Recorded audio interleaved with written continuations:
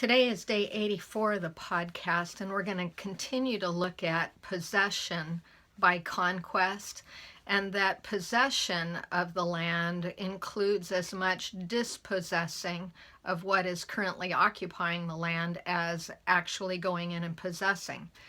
So Matthew 17, we're going to look through Matthew 17, some of the stages that Jesus takes his disciples through there. But what begins is, in Matthew 17, it begins with Jesus stepping into his Father's presence, and he is transfigured before two of his disciples.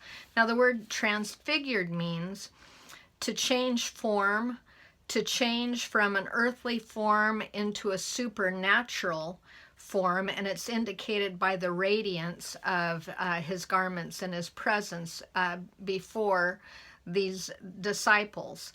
Well, Moses experienced a similar situation. He had a transforming radiance come upon him, and that was merely by being exposed to the law.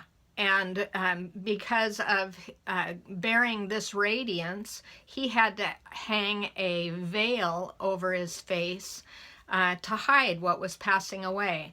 I want to read to you from 2 Corinthians 3, starting at verse 7.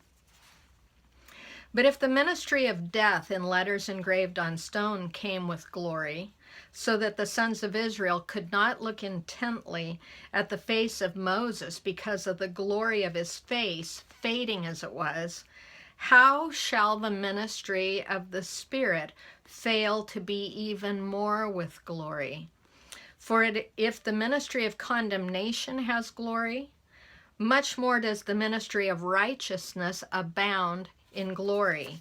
For indeed, what had glory, in this case has no glory on account of the glory that surpasses it.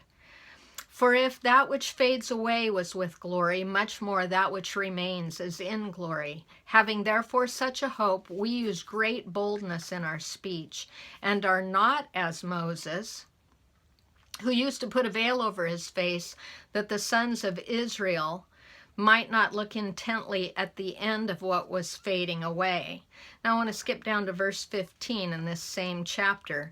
But to this day, whenever Moses is read, a veil lies over their heart.